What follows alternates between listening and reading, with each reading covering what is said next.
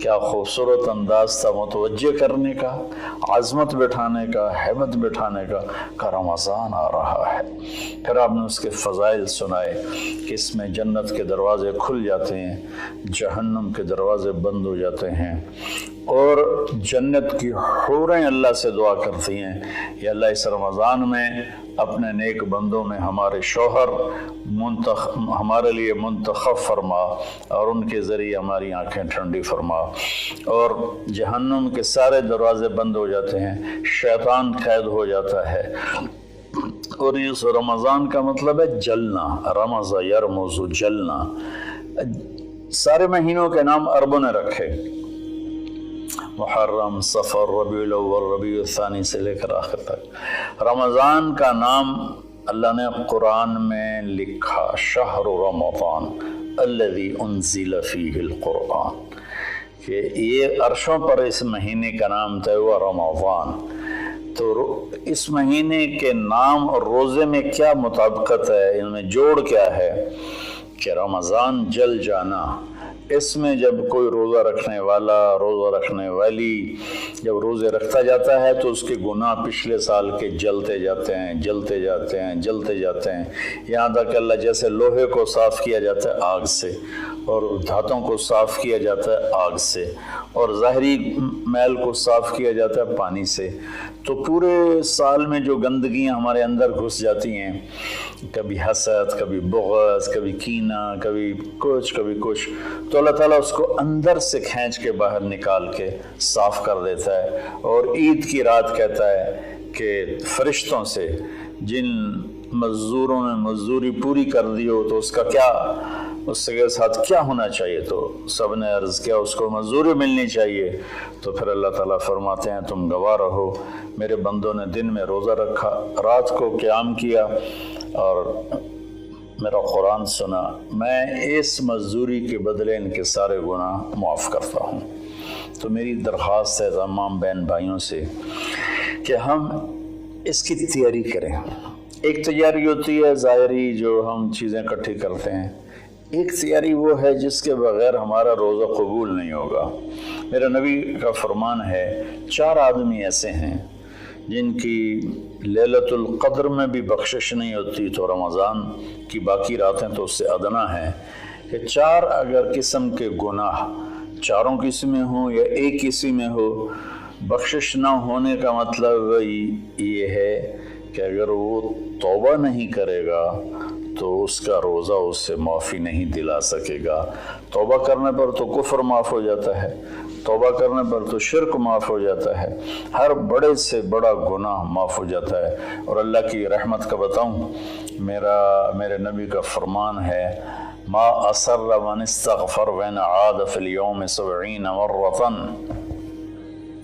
چند دن پہلے ایک نوجوان نے مجھے فون کیا، مولانا بڑی توبہ کرتا ہوں پھر گناہ ہو جاتا ہے، 10-15 دن سے اوپر نہیں گزرتا ہے پھر گناہ ہو جاتا ہے، پھر توبہ کرتا ہوں تو یہ توبہ کا مذاق ہے، میری بخشش نہیں ہوگی۔ دوڑ رونے لگا ٹیلی فون پر۔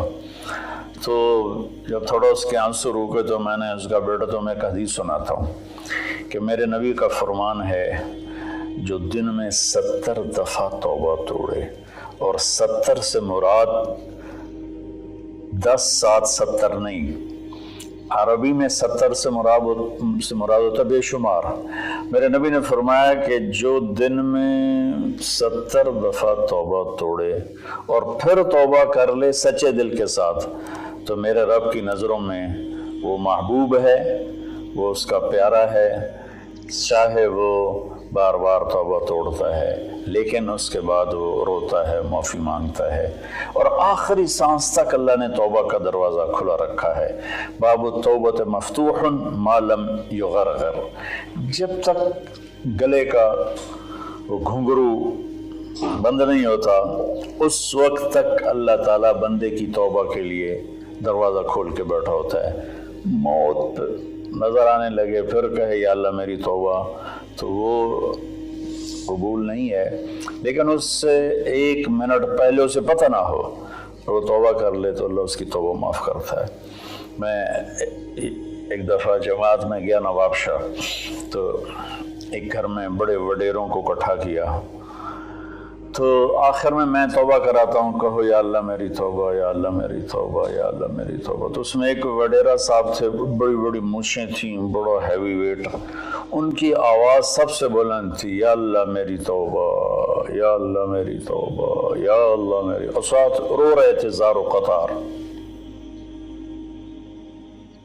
واہ میرے رب! یہ بیان تھا ظہر سے پہلے۔ وہ گھر گئے ہیں اور رات کو ان کو ہارٹ اٹیک ہوا اور ان کا انتقال ہو گیا۔ ساری زندگی نافرمانی میں تھی۔ مجھے لوگوں نے بتایا کہ وہ بڑے کوئی اچھا زندگی کا رخ نہیں تھا، لیکن میں یقین سے کہتا ہوں کہ اس دن کی ان کی توبہ نے ان کو اللہ کی بارگاہ میں محبوب بنا دیا، مقرب بنا دیا۔ تو میں صرف 4 باتیں ہیں میرے بھائی بہنوں۔ ایک ہے مدمن خمر، جو مستقل شرابی ہو اور شراب کا عادی ہو، اس کی رمضان کے روزے سے بخشش نہیں ہوتی۔ عاقل لوالدیہ، جو والدین کو پرزے کر دے۔ والدین کا اونچا بول کبھی کبھی بولا جاتا ہے، کبھی بدتمیزی ہو جاتی ہے، اس کو نافرمانی نہیں کہتے۔ جو اپنے والدین کے دل کے ٹکڑے آنکھ پھاڑنے کو کہتے ہیں۔ یہاں اللہ تعالیٰ نے، اللہ کے نبی نے نافرمانی کا لفظ استعمال نہیں کیا، بلکہ حقوق کا مطلب کسی چیز کو پھاڑ کے پرزے کر دینا۔ تو جو ماں باپ کو اتنا زخمی کرے کہ ان کی آہیں نکلیں، ان کے آنسو نکلیں، اس کی بھی بخشش نہیں ہوگی۔ تیسرا، جو قاطع الرحم، جو رشتہ داروں سے لڑتا رہتا ہو، کسی سے نہ بنا کے رکھے، نہ بھائی سے، نہ بہنوں سے، نہ چاچے سے، نہ مامے سے۔ ماں اور باپ کی طرف سے جتنے رشتے ہیں وہ رشتے ذوی الارحام کہلاتے ہیں۔ جو ان رشتوں کو توڑتا ہے اور ان سے لڑتا بھڑتا ہے، اپنے آپ کو سپیریئر سمجھتا ہے، یہ سب گند ہے، یہ سب ایسے ہیں، ایک اس کی بخشش نہیں ہوتی۔ اور چوتھا ہے المشاحن، جو دل میں کسی کے لیے بغض پالتا ہو، نفرت رکھتا ہو، حسد رکھتا ہو۔ المشاحن کا لفظ ان ساری چیزوں پر ہے۔ تو میرے بھائی بہنوں، اس میں جو چیز سب سے زیادہ عام ہے نا، وہ آخری ہے۔ ہر آدمی شرابی نہیں ہے، اللہ کا فضل ہے، کروڑوں مسلمانوں نے کبھی شراب کو دیکھا بھی نہیں ہے۔ ہر آدمی ماں باپ کا نافرمان نہیں ہے، ہر آدمی اپنے رشتہ داروں سے لڑا ہوا نہیں ہے، لیکن ہر آدمی اپنے دل میں کسی نہ کسی کا بغض پالے بیٹھا ہے، کسی نہ کسی کی نفرت لیے بیٹھا ہے، کسی نہ کسی کا حسد لیے بیٹھا ہے، کسی پر غصہ لیے بیٹھا ہے۔ یہ چونکہ انسان کی فطرت ہے کہ وہ منفی چیزوں کی طرف جلدی جاتا ہے، نیگیٹیویٹی کی طرف ایسے جاتا ہے جیسے پانی اوپر سے نیچے، اور پازیٹیو چیزوں کی طرف جانا مشکل ہوتا ہے جیسے نیچے سے اوپر جانا۔ تو اس میں پھر آدمی پھسل جاتا ہے۔ ایک اس ہمارے سوشل میڈیا نے اس طرح نفرت پھیلا دی ہے، جھوٹی باتیں کر کے، جھوٹے عنوان لگا کر۔ تو میری گزارش ہے سارے بہن بھائیوں سے، ہم رمضان کی تیاری کریں۔ کیا تیاری کریں؟ ہم اللہ نہ کرے کوئی شرابی ہو، کوئی ہے تو اللہ کے واسطے توبہ کر لے۔ اللہ نہ کرے کہ کوئی ماں باپ کا نافرمان ہو، ہیں بہت سے ہیں، کوئی ہیں تو وہ توبہ کر لیں۔ اللہ نہ کرے کوئی رشتہ داروں سے لڑتا رہتا ہو، کوئی ہے تو وہ توبہ کر لیں۔ میرا رب نہ کرے کہ ہمارے دلوں میں میل ہو، ہم اپنی میل کو صاف کر لیں۔ میرے نبی نے فرمایا کہ اے میرے بیٹے انس، میری ایک عظیم الشان سنت ہے، میں شارٹ کٹ کر کے بتا رہا ہوں، اگر تو اس پہ قابو پا گیا تو تو جنت میں میرا ساتھی بن جائے گا۔ اور وہ یہ ہے کہ اس دل کو پوری دنیا کے انسانوں کے کھوٹ سے پاک کر دے۔ لیس فی قلبک غش لأحد فافعل۔ تو اس آخری مضمون پر میں گزارش کرتا ہوں، اپنی بات بھی ختم کرتا ہوں، کہ ہم ایک دوسرے کو معاف کریں۔ چونکہ ہمارا ملک تقسیم ہے بہت سے طبقات میں، مذہب کے نام پر بھی بے شمار طبقات ہیں اور نفرت سے بھرے ہوئے ہیں، سیاست کے نام پر بے شمار طبقات ہیں، نفرت سے بھرے ہوئے ہیں، قوم کے نام پر، زبان کے نام پر، اور